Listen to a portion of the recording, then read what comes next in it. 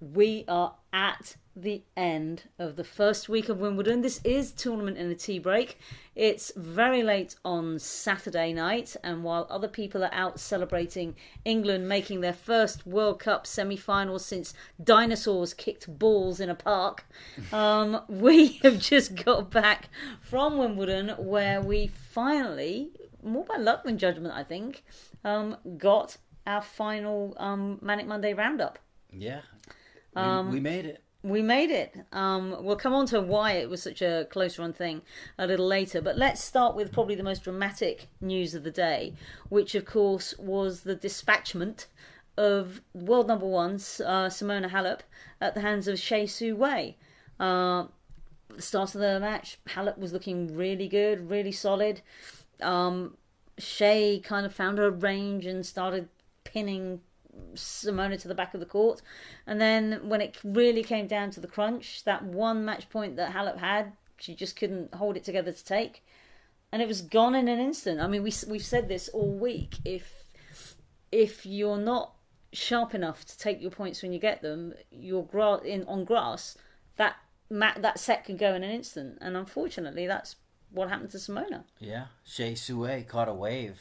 She got hot at the right time. Is this like California speak? Yeah, California. She caught a wave. She caught a wave, and it was nicely done. And we kind of had a feeling that it would be difficult for Simona Halep to, get deep at Wimbledon after what she accomplished at Roland Garros. So not really completely unexpected, but given the way the match kind of shaped up, and that Simona took the first set, and that again the match point, you thought maybe she'd hang on and get it done, but it wasn't to be. 9 out of the top 10 seeds do not make week 2.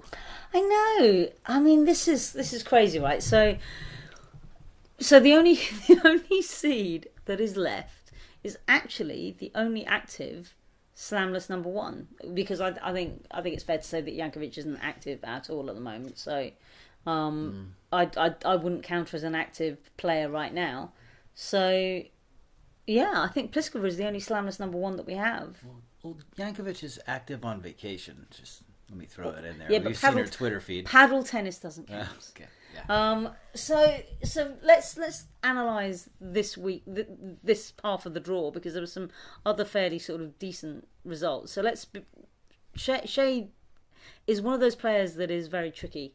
She slices, she dices, she juliennes, she will serve you up a treat. And she causes people problems. She must be an absolute nightmare to get in the draw. I mean, we were joking that who she'll face next in the draw, which is Sabulkova, was the unseed that everybody was going to hate. But actually, Shea's right up there as, oh my God, not her. Wow, yeah, Sabulkova won't really openly admit that she's motivated by the fact that she got bumped out of a seed by Serena Williams. But she's playing with a chip on her shoulder, and she's playing well. And I guess we should also take into account she's pretty comfortable on this surface, enjoys it, is serving really well. We just talked that she's leading all the WTA players remaining in the draw in percent of service games won. So comes in very hot to Manic Monday. It should be a fun match, actually. And Mertens has had a really good steady year from the start of the year. She's been pretty good and was just schooled today. Yeah, she got routined. 2-2. Routine. I like that. Okay, so moving on, former French Open champion Ostapenko is kind of bizarrely for Ostapenko flown under the radar a little bit. Yeah, You think so? You think the same? Yeah, I think we thought what happened in Roland Garros was a little bit extreme, and we're like, maybe this is the end of Ostapenko, but no way, because she keeps slugging away. She plays the same brand of tennis. Where she and actually she said today in her small interview room where we had press with her that she likes grass more because she feels she has to be more aggressive. I think it's another case of Ostapenko just hitting with reckless abandon, and the balls are landing right now, and they may continue to land. Okay, and Sasnovich is another one that she got that big win over Petra Kvitova in the first round. And it's just crept through the draw. She took out Daria Gavrilova. It was a bad day for the Aussies today. Oh, it was. It's pretty amazing who's come through this particular half of the draw. Everybody's been focused on Serena, but there's some real surprises coming through here. Interesting stories. I've got some homework to do this weekend to research, kind of reacquaint myself with Sasnovich, because she backed up that win over Petra quite nicely. Yeah. That was a very solid effort for her in the first round to beat Petra. But it's nice to see that a player that can have a win that big and still stay level-headed enough to get through 3 more rounds, won in straight sets in her last 2, looking good. Okay, so moving further down, talking of people backing up their wins, Alison Vanke, I know I'm saying this wrong, forgive me. Vanke. I'm wrong too. I just wanted to take a shot. Okay, the word that I think we're looking for now is anyway. Yeah. Alison, she backed up that great win over Muguruza, and it seems to be, and that really is giving her confidence. I mean, she had to fight for it against Muguruza. She coasted against Anett Kontaveit, who is not to be sniffed at. She's also been pretty steady. Also a bit of a shocker. So 2 and 3, that's a pretty good result for her. Yep, the Belgian's got a strong power game. She's in a good headspace right now. Kontaveit keeps knocking on the door, can't quite break through. I think it'll come.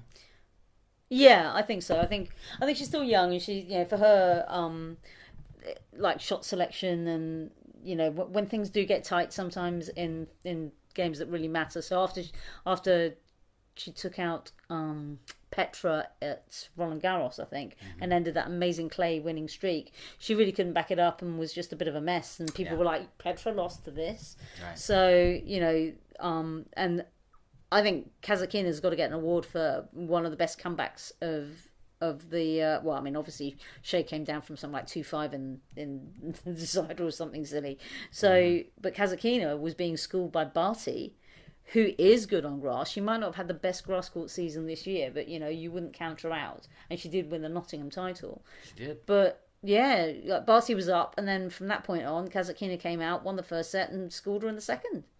Yeah, impressive. Very impressive. Barty was up 4-1, and she looked to be really in command. I was watching that, and I said, this is not going to go well for Kasatkina. It might not be even a close match, but lo and behold, she fought all the way back, and she's a good player. Yeah. She really is.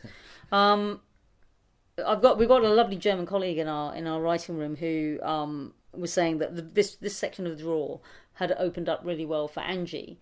The trouble is, Angie knows that it's opened up well for her, and with the best one in the world, Kerber can be a little bit of a head case. But today, again, she was just in command from start to finish against Osaka. It was really impressive by her today. Much better than her second round win over the young American Claire Liu, where she had to go 3 sets and struggle to get that win. She looks a little more comfortable now. Solid win against Osaka. You have to think like she's kind of a name that you're really noticing right now in this round of 16, which has so many strange names and unseeded players. You see Kerber and you see like a little bit of stability in this top half, and maybe it's her. But then again, she's meeting Belinda Bencic, who likes the grass and is surprisingly in very good form. Yeah, I mean, I think there's a lot to be said for the fact that Bencic has obviously had horrific injury issues all through this year, if not actually all through her career. But grass really does suit her. She has won a title in grass. She won Eastbourne a few years ago.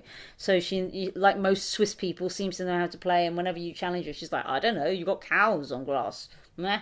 So, let's have a think about who we think are going to come out of this particular section then. Starting at the top, I'm liking Sibylkova. She's determined. She's a force. It's going to be a tricky one, but I think she gets through. Yep, I agree with that. I'm sticking with Ostapenko. I think she's red hot. I think she's just going to barrel her way past Sasnovich. I think it'll be a pretty interesting match. Yeah. Probably have its moments, but I think that if Ostapenko hits the lines, she's good. Yep, I'd say the same. Now, this one's an interesting one. Van Uytvanck or Kasatkina? I like Dasha right now. I just think she's a fantastic player. Maybe a part of that's a little bit sentimental just because I love to watch her play so much. Nothing against Van Uytvanck, but I'm going Dasha. Okay, and I'd probably tip Dasha because I think she's due a decent run, and I think she'll have. I think she's just got more all-rounded game. And I'm going to... She's winning an incredible amount of return games. She's converted 19 of her 26 break points. She's broken in 19 of 30 of her return games, tops among remaining players. So if she can keep that up, that's going to be nice. And I'm going to go Kerber because Bencic is on her way back. But Kerber, I think, wants to erase all of 2017. You know, she's been pretty steady this year. She can be head Casey. I will be the first to admit that. But she's been pretty steady. Her results in general have been quite good, deep results. So I am going to pick Kerber. I'm going to pick Kerber as well. And I saw a tweet today that said that only one WTA player has made the second week of all the slams so far, and that's Angie Kerber. So really? So you're correct. She Wait, has been very steady. She made the second week of Roland Garros? I saw a tweet. I'm quoting it. Okay. Do we need to look that up? Maybe. What happened to her in Roland Garros? Well, maybe she did actually, because she always says that she hates the clay. It's not her surface. The clay that she's done well at traditionally has been Stuttgart, which is basically like an indoor skating rink. She's won that title, 2-3 times. So, Final, lost to Halep. Okay, all right then. Yes, of course she did. If you want to go back in time, we can also look at her Australian Open, where she also lost to Halep. Well, she must be quite relieved that she didn't lose to Halep this time around. She's kind of become a very good Grand Slam player right now. Yeah. She's definitely, not quite where she was in 2016, but getting there. But I think that suits her, that she's, like I've joked with her that, do you have to come from behind? You can't be in front. But I think today she proved that she can. Yeah. Let's have a quick just for completeness. Let's have a quick whiz through. We obviously talked about these players yesterday, but who do we think is going to come out of the bottom half? So the Serena half, if you will.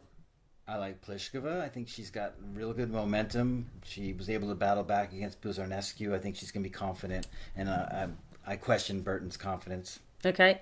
Now, I'm really torn because Donna Vekic is not to be sniffed out on grass, and she's having a great run. But Gergis's figures have been surprisingly good as well. Yeah. I like Vekic. I think she gets another round. Shall we say Vekic? Let's give Vekic another round.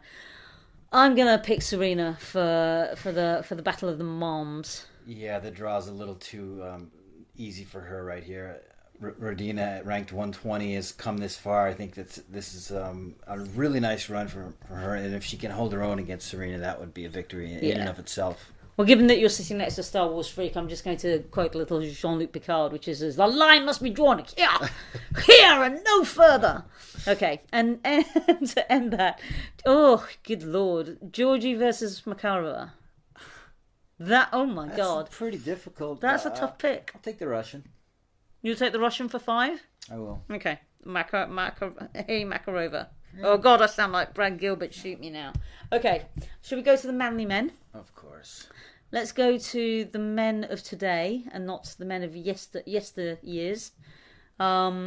So, Big Foe was a bit poorly. Lots of people have been poorly this week. So he was a bit sick, and it really kind of played out for him because he was 2 sets up, then got caught in a tie-break, then felt pretty shit, and then lost the last 2 sets pretty meekly. Had to win that 3rd set breaker, clearly. And he won 3 games after that. Yeah, that's pretty ropey. It'll sting. It's a learning experience. First time, 3rd round, so not the worst tournament for Big Foe. But also, Khachanov is another one of those players that people get excited about. He's a very good next-gen player. We do have to look at the next-gen. Again, he's kind of coasted under the radar. Nobody's really been talking about him. Mm-hmm. What a match that we had today with Djokovic and Edmund. All kinds of shenanigans. So obviously Edmund took to the court pretty much the moment after England had secured their spot in the World Cup semi-final. And also don't forget that it's People's Saturday. So the crowds that you get at Wimbledon might not necessarily be the most tennis discerning crowds. They're going to be people that, fancy going to Wimbledon on a Saturday because it's the only day they can go. So add to that the fact that everybody probably heads for lots of Pimm's and lager. You had quite a few, I would say, drunken hecklers that were giving Djokovic a hard time. So he was getting annoyed at that. And then there was a very questionable line call. Very. Well, it wasn't even a line call; it was a ball call. It was both. Actually, yes, it was. A line non-call and a ball non-call. Yeah, there was a double bounce. And it was a very subtly discernible double bounce because Kyle Edmund was on his way to the ball, pretty much threw his racket at it, but it was definitely a double bounce. The racket left his hand. He touched the net. So basically everything that you shouldn't do in chasing a point. Right. So the ball double bounced. The racket left his hand. He ran into the net, and then to cap it all, the damn thing was wide in the first place. But he actually got awarded the point, and Djokovic was understandably furious. So he queried it. I mean, Jake Garner is one of the most experienced umpires, but this really was not his day. He queried it, was eventually told it's too late, you can't challenge, which made him even more furious. This was on top of people taking the mickey out of his ball bouncing and trying to put him off with his serves. So all in all, it was a very fired up Djokovic that beat Edmund. I mean, fair play to Edmund. He took the first set off him. We said actually last night he had to get the first set if he wanted to stand any chance of winning this match. And he was quite competitive in the second set. And then after that, it kind of tailed off for him.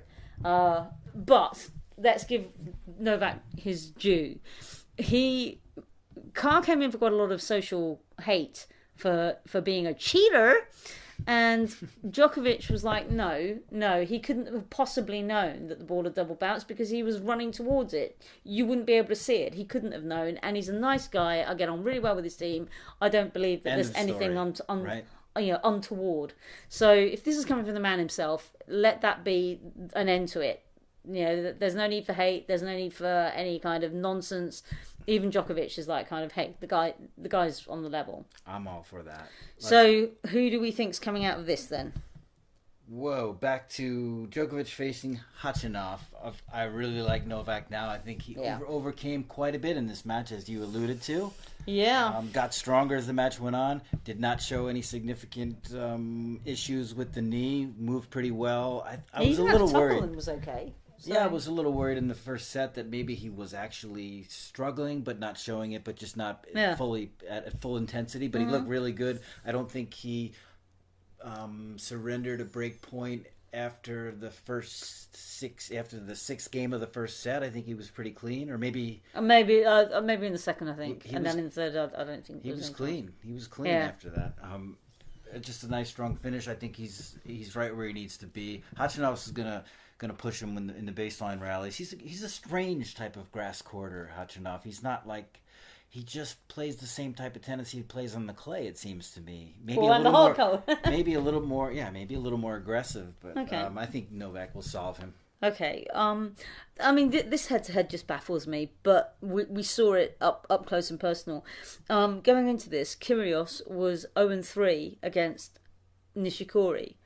And we saw why, because Nishikori zips around like something out of the Avengers, some kind of strange superhero that can just be anywhere, and nullifies Kyrgios's weapons completely. He ripped through that first set as though he was heading out to the bar. I mean, it was 6-1, it was gone in an instant. The second set was far better from Nick.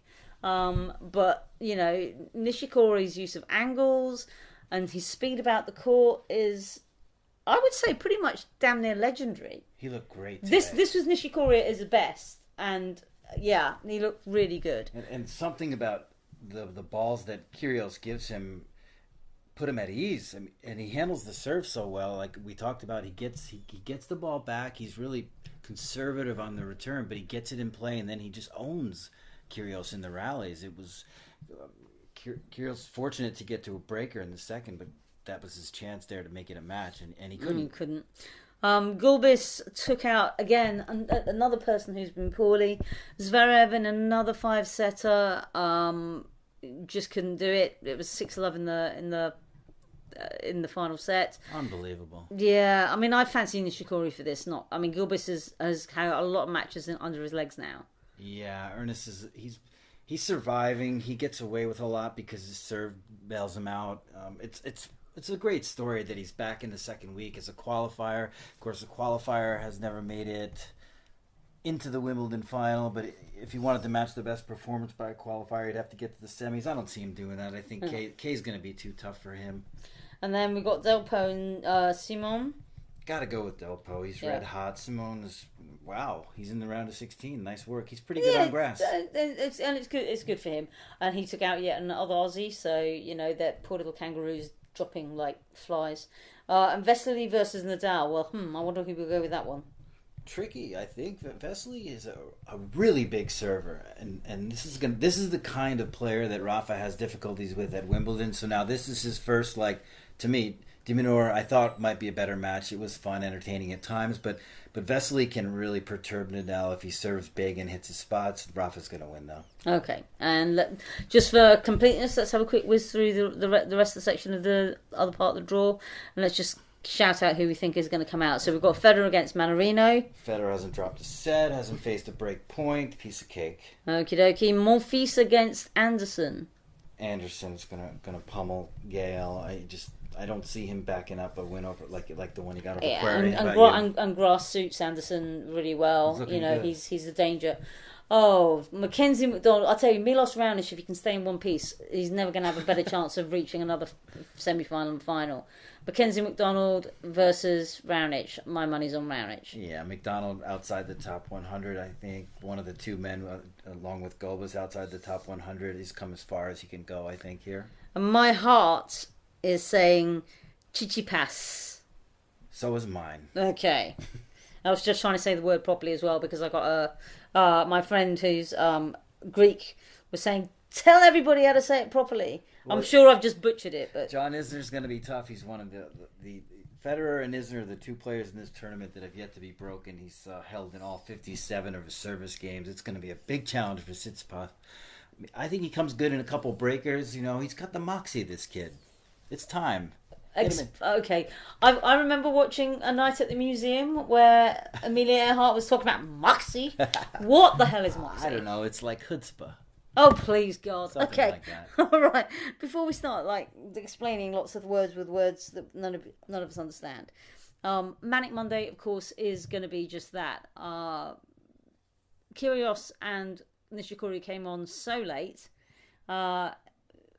Whilst I love the All England Club and I love their traditions and I love what they stand for, which is we've done this since dinosaurs held rackets in their teeny tiny paws, it was baffling. They should have got that match started on court 2 that was sitting idle for ages. Instead, they gambled on the fact that Zverev would just end up as a vomiting heap in the corner, and decided that they were going to put it on court 1 as intended. Maybe they got their fingers burnt by moving Raonic yesterday to wherever they decided to move to, court 14, I think it was, or court 12, where a lot of Canadian fans who had tickets for number 1 were justifiably angry because they, obviously those outside courts nowhere near as much capacity. So we've got our Manic Monday set, and they call it Manic Monday Monday for a reason. It's great for the fans. It's the one day that if you've gone in the queue, you get priority in any of those sort of courts. So because I remember people who've been in the queue, who were queuing for court 18, I think it is the one that's up that big bank where the broadcast thing is, had priority over anybody that actually had a ticket because they could sit anywhere because they were in the queue. If you had a queue wristband, you had priority over anybody that has Super bought. cool. It was, and the matches are amazing because they'll have them dotted around the show court. So if you can get into a show court that isn't ticket led, you're in for a treat. I think it's going to be great. 16 singles matches. High stakes tennis. Let's just hope that that's one of the days that's going to continue to be super hot. Because we must be due some less super hot weather. Although we've already had rain this Wimbledon. I don't think there's rain in the forecast. I think we're going to be good. You think we're going to be good weatherman, Chris? I think so. At least until later in the week, there might be some sprinkles. Okay. Is what I'm feeling. But then later in the week, it doesn't matter because the matches will be on centre. Close the roof. Have a good time. Okay. So if you are going, do remember to stay hydrated. I know that Americans are going to laugh and kick up their heels and giggle at this, but we Brits are not used to this weather. We don't want people flaking out, least of all us. So if you are coming along, plenty of sun cream. Do stay hydrated. Do have a great time. And we will see you on the other side of Manic Monday. You have, of course, been listening to Ros Satar and Chris Oddo. Thank you for listening. Ta-ta.